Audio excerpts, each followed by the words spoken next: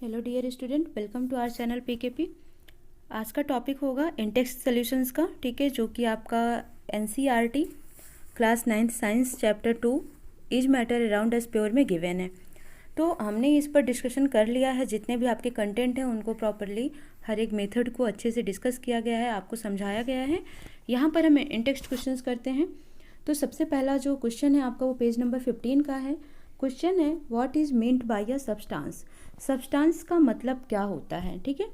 तो मैंने आपको पढ़ा रखा है सब्सटेंस क्या होता है, एक तरीके का पार्टिकल्स होता है, ठीक है। तो आप क्या बोलोगे, a pure substance consist of a single type of particles, means made up of same type of particles से मिलकर बने होते हैं सब्सटेंसेस, इन्हें ही सब्सटेंस कहा जाता है, ठीक है।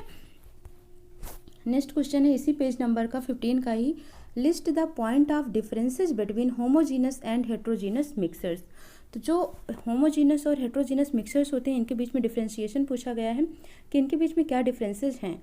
तो देखते हैं होमोजीनस मिक्सचर के बारे में और हेट्रोजीनस मिक्सचर के बारे में। मैंने आपको इससे पहले जो भी कंटेंट दिया है पूरे चैप्टर को जब पढ़ाया है तो वहाँ पर होमो और हेट्रो दोनों का मतलब बताया है, ठीक है। होमो का मतलब क्या होता है, सेम, और हेट्रो का मतलब क्या होता है, डिफरेंट, ठीक है। तो जब यहाँ पर आपको याद रखना है इट हैज़ यूनिफॉर्म कंपोजिशन, ठीक है। यूनिफॉर्म कंपोजिशन होता है मीन्स जो भी एक तरीके से आप कहोगे कि जो सब्सटेंस है जो कि इसमें सोल्यूशन है जिसमें ये डिजॉल्व हो रहे हैं, हर जगह इनकी क्वांटिटी, इनका मास, इनकी वैल्यू हर जगह सेम है। लेकिन जो दूसरा मिक्सर होगा, ठीक है, उस मिक्सर्स में इनकी वैल्यू यहाँ पर कुछ और होगी, यहाँ पर कुछ और होगी। तो इस तरीके से इनका कंपोजिशन जो मिक्सर होगा वो यूनिफॉर्म नहीं होगा एवरीवेयर, ठीक है। सेकंड क्या याद रखना है, no visual boundaries of separation. यहाँ पर जो इनके सेपरेट पार्टिकल्स होते हैं वो आपको विजुअल बाउंड्रीज दिखाई, मतलब बाउंड्रीज वो दिखाई नहीं देती हैं कि ये पार्टिकल्स सेपरेट हो रहे हैं, बट इनके सेपरेशंस में आपको बाउंड्रीज दिखाई देंगी। फॉर एग्जांपल अगर हम सैंड और वाटर को डिजॉल्व करते हैं तो सैंड पार्टिकल्स नीचे बैठ जाते हैं, सेटल डाउन हो जाते हैं, वाटर पार्टिकल्स आपको ऊपर दिखाई देते हैं। तो यहाँ पर एक लाइन दिख जाती है, इसी को बोला जाता है कि बाउंड्रीज ऑफ सेपरेशन, ठीक है। तो इस तरीके से चीज़ें आपको याद रखनी है। और यहाँ पर हो जाएगा शुगर एंड वाटर का सोल्यूशन। तो उसमें आपको शुगर और वाटर अलग अलग नहीं दिखाई देंगे, उनकी जो क्वांटिटी होगी, जो उसका टेक्स्चर होगा, ठीक है, कंपोजिशन होगा, वो एवरीवेयर वहाँ पर हर जगह वो एक जैसा ही होगा, यूनिफॉर्म होगा, ठीक है। और कोई भी सेपरेशन बाउंड्रीज आपको विजुअल नहीं होंगी। Third, they consist of only one phase, ठीक है, इसमें केवल एक फेज होता है, इसमें मोर देन वन फेज होते हैं। एग्जाम्पल अगर हम लेते हैं तो शुगर प्लस वाटर का सोल्यूशन बनाएं, इधर शुगर और सैंड का सोल्यूशन बना सकते हैं, ठीक है, या सैंड एंड वाटर का सोल्यूशन, ठीक है। तो सैंड सोल्यूशन में आप इधर बना सकते हो, इधर आप शुगर सोल्यूशन बना सकते हो। तो इस तरीके से आपको इतने डिफरेंसेस याद रखना होमोजीनस और हेट्रोजीनस मिक्सचर के बारे में। होमो का मतलब ऐसी चीज़ें जिसमें चीज़ें डिजॉल्व हो जा रही हो, ठीक है, और हेट्रो का मतलब होता है कि जिसमें चीज़ें डिजॉल्व नहीं हो रही हैं, वो आपको दिखाई दे रही हैं सेपरेटली अलग अलग, वो हेट्रोजीनस मिक्सचर कहलाता है। नेक्स्ट है आपका पेज नंबर 18 का क्वेश्चन नंबर 1 है। इसमें पूछा गया है, डिटेल में पूछा गया है वही चीज़ें, differentiate between homogeneous and heterogeneous mixtures with examples, ठीक है। तो वही जो अभी आपने ऊपर देखा पूरा वही आपको नोट डाउन कर देना है यहाँ पर। नेक्स्ट क्वेश्चन जो पूछा इन्होंने पेज नंबर 18 पर वो ये है, हाउ आर सोल्यूशन, ठीक है, solute solutions and suspensions different from each other. तो जो ट्रू सोल्यूशंस होता है, तो जब पढ़ाया गया तो वहाँ पर ट्रू सोल्यूशन, कोलाइड और सस्पेंशन तीनों में डिफरेंशिएशन मैंने बहुत उसको डिटेल में करा रखा है, टोटल 10 पॉइंट्स में, ठीक है। तो आपको उसे बहुत ही डिटेल में पढ़ना है, ठीक है। तो सबसे पहले अब हम यहाँ पर देख लेते हैं, यहाँ पर जो सॉल्व लिखा है इसका मतलब ये कोलाइड सोल्यूशंस की बात हो रहा है, फिर सोल्यूशन और फिर सस्पेंशन, तो तीनों में ही आपको डिफरेंसेस देखना है। ये जो है आपका ट्रू सोल्यूशंस है, ठीक है, और ये जो है आपके ये कोलाइडल सोल्यूशन है और ये सस्पेंशन सोल्यूशन है, ठीक है। तो मेन जो इसका क्वेश्चन है वो क्वेश्चन ये है कि डिफरेंशिएशन आपको बताना है, ट्रू सोल्यूशन, कोलाइडल सोल्यूशन और सस्पेंशन सोल्यूशंस के बीच में डिफरेंसेस आपको बताने हैं, ठीक है। तो ये आपको मैं यहाँ से नहीं करा रही हूँ, बाकी आप पढ़ना चाहो तो आप स्क्रीनशॉट ले सकते हो, ठीक है। बट याद रखना है कि जो ट्रू सोल्यूशंस होते हैं इनके पार्टिकल्स बहुत ही छोटे होते हैं, आप इनको अपने नेक्ड आइज से नहीं देख सकते हो, ये उससे थोड़ा ग्रेटर होते हैं और ये सबसे बड़े होते हैं। आप इन्हें अपनी नेक्ड आइज से देख सकते हैं। तो इस तरीके से आपको ये देखना है, मैंने पूरा 9 डिफरेंस करा रखे हैं इसके, आप उसको जाकर डिटेल में पढ़ लीजिएगा। नेक्स्ट क्वेश्चन है question number 3। To make a saturated solutions, 36 gram of sodium chloride is dissolved in 100 gram of water 8 to 93 K। ठीक है, ये टेम्परेचर दे रखा है 293 की। ठीक है, वाटर की क्वांटिटी कितनी है 100 ग्राम और सोडियम क्लोराइड की क्वांटिटी कितनी है 36 ग्राम।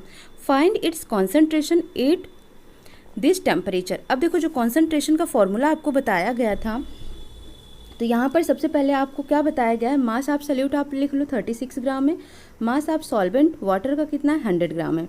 अब जब सॉल्यूशंस का मास पूछेगा तो सॉल्यूट प्लस सॉल्वेंट, क्योंकि वाटर में आप सोडियम क्लोराइड ऐड करोगे, इसका मतलब दोनों का ही तो वेट पूछ रहा है आपसे, तो कितना होगा 136 ग्राम हो जाएगा, है ना। अब आपको क्या निकालना है, कॉन्सेंट्रेशन।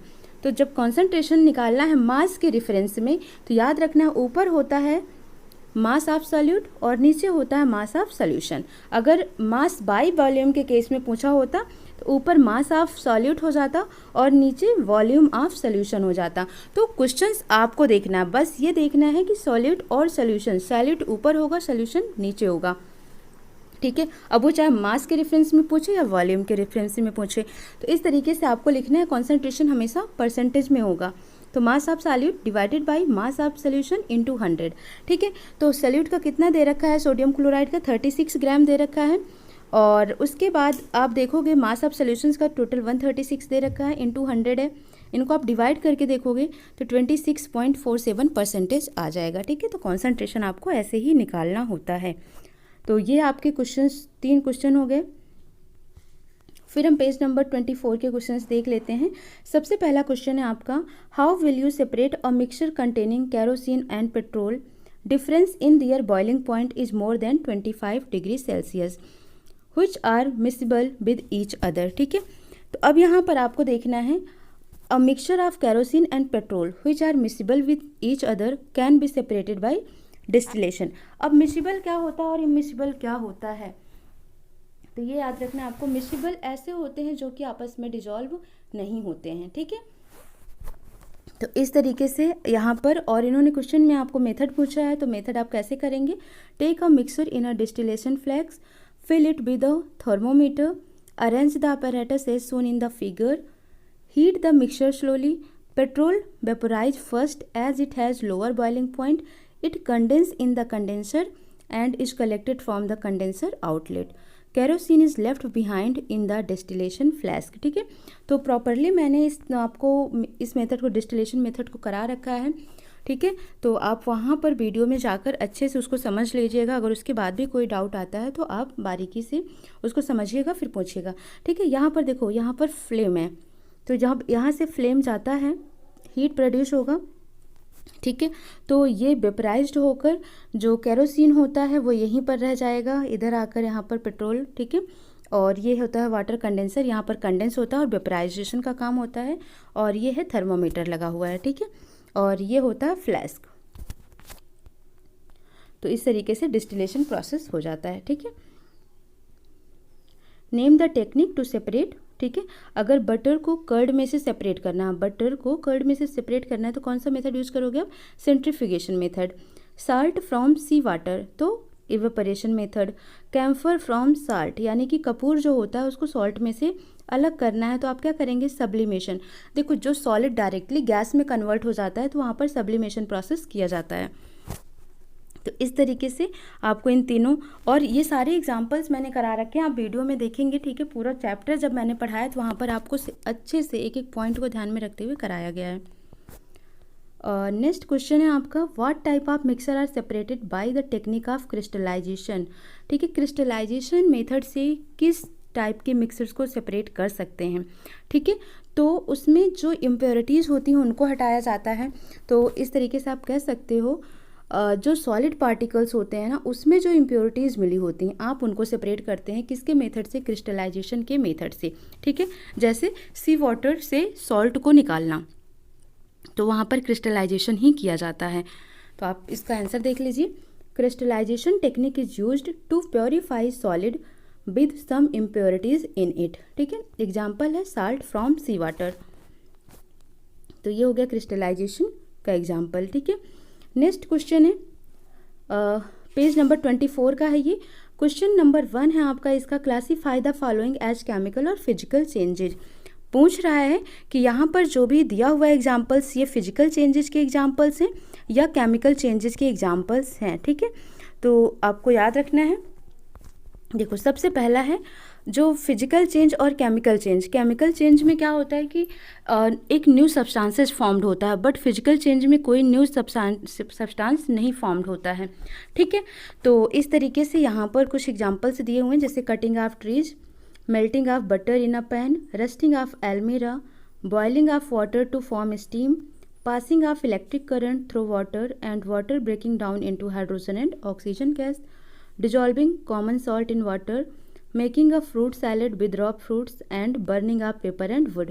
ठीक है, तो फिजिकल चेंजेज इनमें से कौन से हैं और केमिकल चेंजेज कौन से हैं वो आपको सेपरेट करना है और बताना है। ठीक है, तो ये हैं आपके एग्जाम्पल्स और ये है आपका आंसर जिसमें दिया हुआ फिजिकल वर्सेस केमिकल चेंजेस। तो फिजिकल चेंजेस में जैसे कटिंग ऑफ ट्रीज, पेड़ कट गया, ठीक है, अलग हो गया, उससे कोई नया सब्सटेंस नहीं बना। Melting of butter in a pan, melt हो गया, कुछ नया सब्सटेंस नहीं बना। Boiling of water to form steam, ठीक है, बॉयल किया गया वाटर को, कोई नया सब्सटेंस नहीं बना। डिजॉल्व किया गया साल्ट में वाटर को, कोई नया सब्सटेंस नहीं बन रहा। Making a fruit salad with raw fruits, जो कच्चे फ्रूट्स हैं उनसे सैलेड बनाया जा रहा है, तो वहाँ पर भी कोई न्यू सब्सटेंसेस का फॉर्मेशन नहीं हो रहा है। तो ये हो गया आपके फिजिकल चेंजेस के एग्जांपल्स। ठीक है, अब हम केमिकल चेंजेस के देख लेते हैं।